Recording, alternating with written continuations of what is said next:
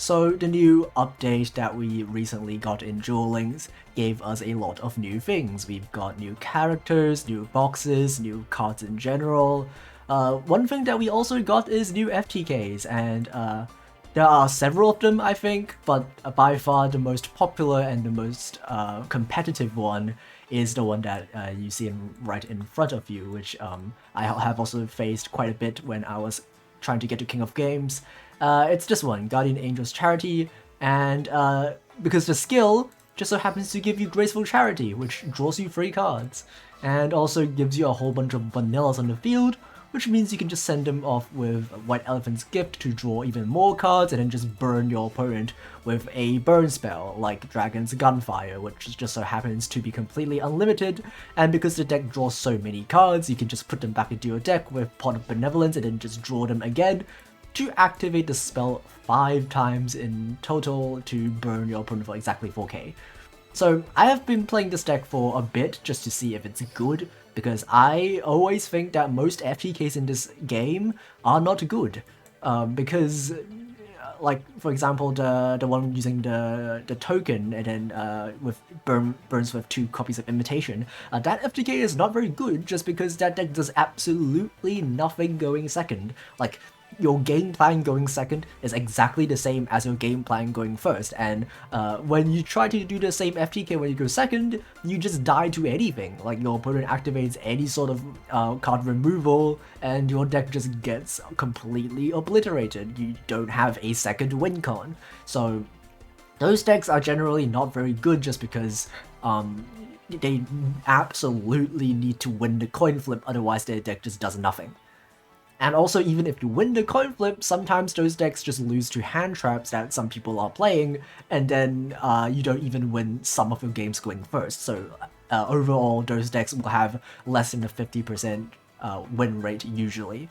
So that's why most of these FTKs aren't very good. Even the coin flip one, Master of Destiny, using the Dark Lord monster that turns healing into burn damage. That FTK, same thing. The deck only does one thing, and it's to burn. So if you go second and your opponent has interruptions, your burn strategies usually don't go through. But this deck is a tiny bit different because you do kind of have something else to do even if you go second, because you just get so many free monsters, and I'm trying out to play extra deck monsters so that you can make these extra deck monsters if you just so happen to go second. We're playing a bunch of rank 4s, which we can make easily using 2 level 4s that we get from the skill. We're going to even use 3 level 4s to make something like a Thunder Spark Dragon to board wipe, because you can special summon 2 using your skill and then normal summon the 3rd one. You can also play rank 7s because you can normal summon the level summon guy twice using your skill, and also playing generic links like Phoenix, Unicorn, and Rastaliger. And most people don't play an extra deck because they play the Pendulum monster that needs you to have no cards in your extra deck to draw a card. And we can get away with not playing it because the deck is already so consistent anyway. We have way more draw power than we actually need. If you actually play like this version of the deck that I'm playing, you will have 1 extra draw if all your draws goes to plan. So you will have, like, for example, 1 Into the Void left in your hand, even if you draw every single card in your deck. So we don't really need the Pendulum guy, so we could instead just play extra deck monsters. So anyway, I've been playing this deck in Ranked. I've been playing this deck all the way from Legend 1, and I've gotten very lucky. I've won a bunch of coin flips in a row and went first a lot of times. And yeah, I got all the way from Legend 1 to Legend 5 using only this deck. So sometimes I would lose like 2 or 3 games and then win like 4 or 5 games in a row. Or because you're lower in Legend 5, you can get away with losing 1 game like in between a couple of wins and you will still get a rank up. So overall, if you get lucky, it's definitely possible to get to Legend 5. But Legend 5 is kind of a choke point because you need to win 5 games in a row, and this deck pretty much only wins if you win the coin flip. So it just basically becomes, can you win 5 coin flips in a row? And that chance is not very high. I have won games going second just because sometimes my opponent is not playing a very good deck. I've played against like Dark Magician decks, which only puts up like one banish with the Dark Magical Circle, and then they banish my drone, and then I just normal summon the second one, and then do my combo anyway. And also because they're playing Dark Magician, I can just use the back row pop from the skill to pop their Eternal Soul, and that wipes their board. So very, very occasionally, if you're lucky, you can play against decks that you can win even if you go second, but I would not count on it. So what do I think about this deck? It's okay. It's okay. It's better than a lot of the other FTKs that have been around. I think it's better than like the coin flip FTK with the Dark Lord Nurse. I think it's better than like Imitation FTK because the deck actually kind of puts up something even if you go second, with a bunch of big guys and back row pop, and also the option to go into an extra deck. But I still don't think that it's that good, because whenever an FTK comes out, I like to compare it with what in my mind is considered the big three of FTKs in Duel Links, and that is Tachyon FTK, Utopia FTK, and Tendangle FTK. So what all these three FTK decks have in common is that if you go second, you can just play the archetype, like as normal.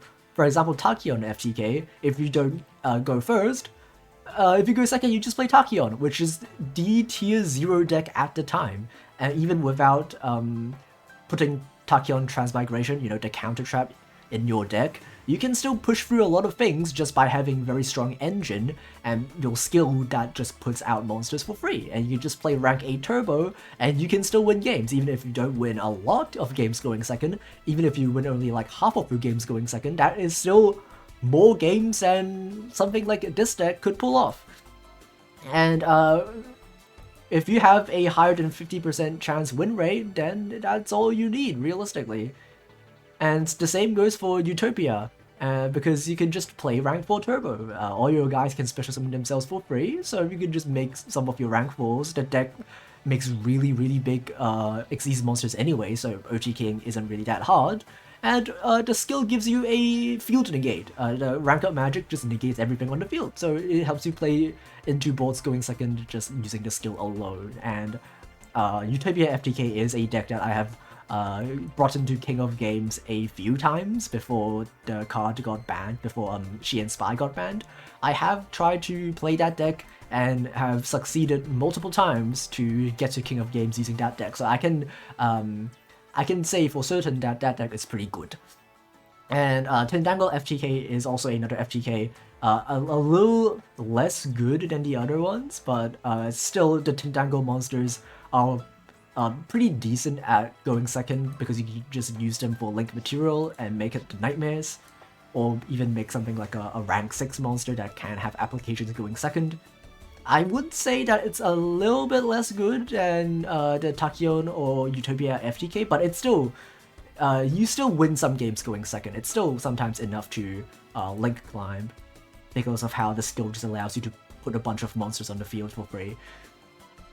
This deck, the Guardian Angel deck, I don't think is on the same level as those decks, because going second, a lot of your power of your skill that gives you a bunch of free stuff is reliant on the fact that you keep this card on your field. Guardian Angel Drone is required to be on your field to be able to use all of the broken effects of your skills. So if your opponent just pops this card before you use your skill, you just don't do anything. And not only that, a lot of your cards that you need to play in the FTK version actually hinders your ability to go second. For example, Pot of Duality stops you from special summoning monsters, so if you try to make your extra deck plays when you go second, you can't activate this card at all. And same goes for White Elephant's Gift. You need to send vanillas to the graveyard in order to draw cards, so these are basically dead cards in your hand when you go second, because you want those monsters on your field to be able to make your extra deck monsters with. And if you choose to not play any extra deck monsters, like most people don't, I don't know why they wouldn't, because I think the deck is consistent enough that you don't need to play the pendulum guy that people all seem to be playing. the deck is consistent enough to not need that, so you could just play other extra deck monsters. But like for example, this deck that I face in the ladder doesn't play any cards in the extra deck, so it's even worse going second. Even if you don't get interrupted, it's kind of hard because there's not a lot of things that you can go into to clear your opponent's stuff. So all you have is just big beaters that aren't even that big. It can't even beat over like a blue-eyes white dragon. And yeah, and that's pretty much the main issue with the deck. And the second biggest issue is that people are playing hand traps that counter this deck. DD Crow and Draw and Lockbird are the two biggest ones. DD Crow especially. If they chain Crow to your Pot of Benevolence, when you target 2 of your burn spells and then they DD Crow 1 of your burn spells away, you don't have enough damage to actually go for game. And the problem with that is usually it's gonna be better if they, you know, if you know that they have a DD Crow early, that's still not too big of a hassle just because you can scoop very quickly. But the fact that they have to hold the DD Crow all the way until you are like almost done with your combo and then they drop the DD Crow, that's a lot of time that you're wasting. So it is a very infuriating thing. So for something like for something like a Draw and Lockbird, you can just use it like very early on and then you can just scoop immediately. So that's something I find very frustrating playing this FTK deck, that if they have a DD Crow, they can it takes a very long time for me to know that they have a DD Crow, and then I wasted like 3 minutes, 4 minutes of my time doing my combo and then just having to scoop at the very end just because they have a DD Crow. I mean, that's a very small complaint, but it does add up over time when you play against a lot of people who just so happen to play DD Crow and draw them. I've played against a lot of like 30 card decks that play like 1 or 2 DD Crow and then they somehow draw them when they go second and then they stop you from OTKing. That will happen, and it is very infuriating if it does. There are ways around it for specifically DD Crow. There is an alternate way that you can FTK using a card called Obedience Feed. Ultimate Obedient Feed, which you can use your normal summon on, and it has a lot of attacks so that you can use a burn trap. Let me try to find it. It's the fire burn trap. You can tribute a fire monster and deal damage to half its attack. So it's the one with Hita, this one. So you contribute the Obedience Fiend that you summon using your normal summon, and then you deal the remaining life points so that you don't need to rely on your Pot of Benevolence to shuffle back your stuff from the graveyard, so that your entire combo is safe from DD Crow as well. But that's another problem, is that you need to play 2 more bricks because as it stands right now, you only need 4 bricks, which is the 3 burn spells and the 1 pot. But if you play that version, the drawback of, you know, not losing to DD Crow is that it becomes less consistent because instead of the pot, you play 2 bricks, you play the monster and the burn trap. So that you have to sacrifice even more consistency to be able to play around the 1 in 10 chance that your opponent just so happens to draw the DD Crow that they sometimes play in their deck. And I don't think it's worth the drawback. I think it's usually the consistency is more worth it, in my opinion, than to try to play around the DD Crow. And especially because you need your normal summon for that combo to work. So that means you cannot use 2 copies of White Elephant's Gift, because if you use both of them, you won't have any dragon monsters on your field to use your Dragon's Gunfire. So you're forced to take away one of your draw 2 spells for a brick, which is not a very good thing to do. I mean, your FTK will still work, you will still draw enough cards, but it's not good. It's a lot less good being forced to take away one of your draw 2 spells. So what is the takeaway from all of this? I think that this deck definitely needs like an emergency ban list, just because that seems like a huge oversight that this FTK even exists. But honestly, I think this FTK is not very good. I've faced plenty of FTKs, like as you can see in ladder, Like this guy I faced against, I just went first and then he just scooped. So it's not exactly a very competitively powerful deck, but I just don't think it should exist. I think all in all, I think this update brought a lot of very cool stuff into the game. We've got new skills for old decks, like Dark Magician and Blue Eyes are a lot better once again. We've got cool stuff like Sword Soul, which I think is pretty cool. I think Eldritch is a really cool concept to be able to use like the Odeon skill alongside a lot of other archetypes. Like I've seen people use it with Crusadia, I myself have been using it in Live Twin, people playing in Altergeist. It's very cool to see like these kind of splashes that people are innovating using the new stuff. And even though we have like paywalled stuff like imperm, it's still overall I think it has been like a good thing that these cards have been implemented. Even stuff like imperm, because it gives you more outs to tier 1 decks like Despia, because you can just negate the tax dragon, for example. So and also like imperm is not really that mandatory. I talked about this a bit in my previous video when I'm playing like the self-destruct button deck. I talked about this a bit. I don't think imperm is that important, but it is a very good card to have just in the game, I think.